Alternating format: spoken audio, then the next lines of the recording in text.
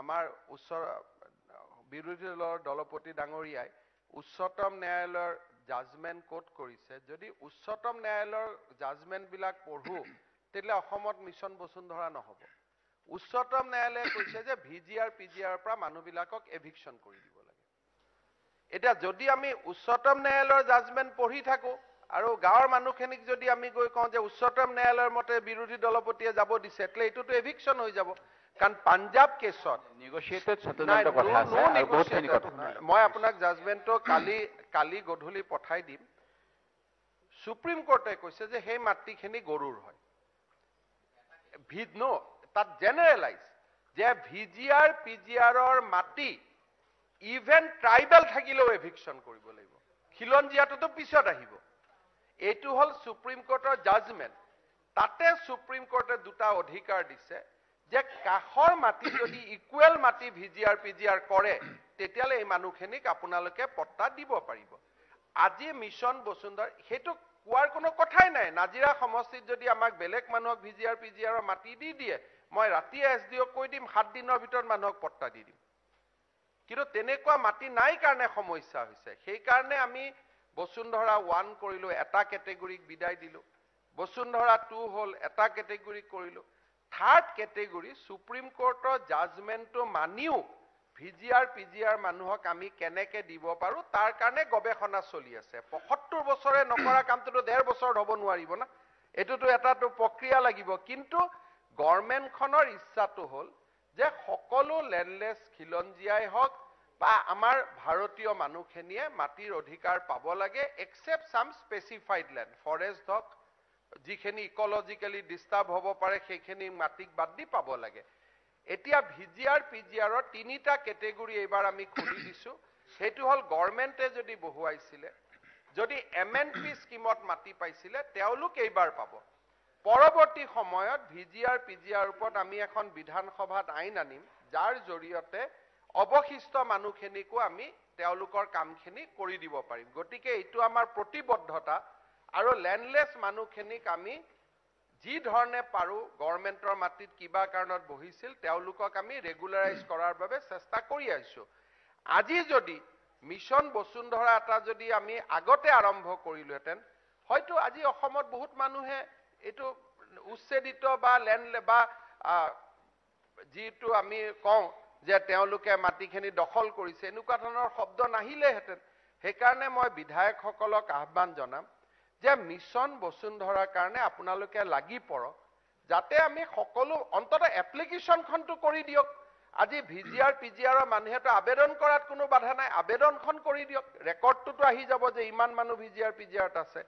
Second কথাটো হল যে আমি কোনো নতুন ফৰেষ্ট বনাব খোজা নাই প্ৰপ'জ ৰিজাৰ্ভ ফৰেষ্ট বুলি এটা কেটেগৰী আছে এইবাৰ আমি সেই কেটেগৰীটো শেষ কৰিব খুজিছো সেই কাৰণে এডিসি ৰেভিনিউ সকলে এটা এসেস কৰি আছে যে যিখিনি প্ৰপ'জ ৰিজাৰ্ভ ফৰেষ্ট খালি আছে তাক আমি ফৰেষ্ট ডিক্লেয়াৰ কৰি দিম যত মানুহ বহি আছে তাত আমি হয়তো পট্টা দিব লাগিব কথাটো ইমানে এটা আজি ইমান বছৰে পিআৰএফ বুলি মাটিখিনি পেলাই থলে না মানুহখিনি ইফালে যাব পাৰে না সিফালে যাব পাৰে আজি আমি পিআৰএফ খিনিও সমাধান কৰাৰ বাবে চেষ্টা কৰিছো মুঠৰ কথাটো হল যে অসমত ৰেভিনিউ ৰিলেটেড সব সমস্যাবিলাক আমাৰ কাৰ্যকালত সমাধান কৰাৰ বাবে আমি আপ্ৰাণ চেষ্টা চলাইছো হয়তো 100% সাকসেস নহলেও আমি 60% পাৰিম গতিকে মিছন বসুন্ধৰাটো নেগেটিভ হিচাপে লব নালাগে যে অমুকে নোৱাৰিলে তমুক নোৱাৰে কোনবাইটো পাৰিলে 100 জন মানুহ নাছিলে মাটি 80 জনেটো পট্টা পাব 20 জনে নাপালে সেই 20 জনৰ কাৰণে বসুন্ধৰা 3 আনিব লাগিব 4 আনিব লাগিব সুপ্ৰিম কোৰ্টৰ পৰা ৰিলেক্সেশন আনিব লাগিব হাই কোৰ্টৰ পৰা ৰিলেক্সেশন আনিব লাগিব আমি সেই ধৰণে এটা সিস্টেমেটিক্যালি কাম কৰি আছো আৰু মই বহুত সদস্যই মোক যোৱাকালি সুধিছিল যে বসুন্ধৰাৰ লাষ্ট ডেট 10 জানুৱাৰী কি হ'ব মই সদনতে ক'ব খুজিছো যে আমি বসুন্ধৰাৰ এপ্লিকেশনৰ লাষ্ট ডেট 31 মাৰ্চলৈকে আমি বঢ়াই দিম যাতে মানুহখিনিয়ে সুন্দৰভাৱে আবেদন কৰিব পাৰে গতিকে তাৰ পিছত আমি ব্যৱস্থা লম যেনেকে যি পাৰো আমি কৰি গৈ থাকিম থ্যাংক ইউ মহোদয় জাষ্ট মই মাননীয় মুখ্যমন্ত্ৰী মহোদয়ৰ বক্তব্য এটা বাক্য ঠেক কৰিম যেটো আপোনাৰ জাজমেন্টৰ কথা কৈছে মাননীয় মন্ত্ৰী তাত সন্মানীয় কাৰণে এক্সেপশন দিয়া আছে ল্যান্ডলেছ মানুহখিনি মাননীয় মন্ত্ৰী BGR, PGRতো আনকি ল্যান্ডলেছৰ কাৰণে এটা ৰেহাই দিয়া আছে। চেয়াৰমেন আলী ডাঙৰীয়া please sit down. Land sir নাই এক মিনিট নুৰুল হুদা ডাঙৰীয়া এক মিনিট আমাৰ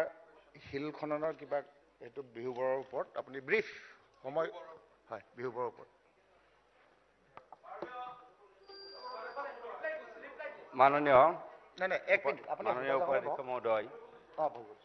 মাননীয় উপাধ্যক্ষ মহোদয় আমাৰ আনসাৰটো ইনকমপ্লিট হ'ল সন্মানীয় বিৰোধী দলপতিয়ে যিটো আজি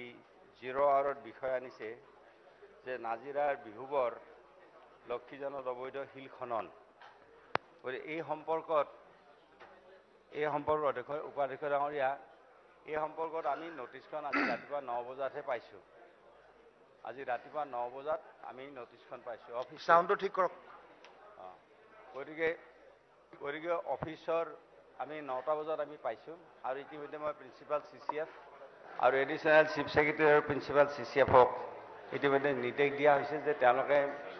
আজিৰ ভিতৰত গোটেইখিনি তদন্ত কৰি আমাক দিব আৰু তাৰপিছত মই এটা এই সম্পৰ্কত ষ্টেটমেণ্ট দিম কাৰণ আজি 9টা বজাতহে আমি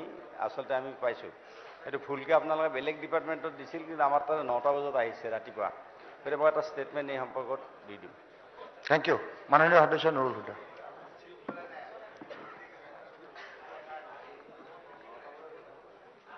মাননীয় উপাধ্যক্ষ মহোদয়, আজি গণ অধিকাৰ কাগজত ওলাইছে যে ভূমিপুত্ৰই ভূমিপট্টাৰ পৰা বঞ্চিত। 1950 চনৰ বৰ বিপদ গৃহ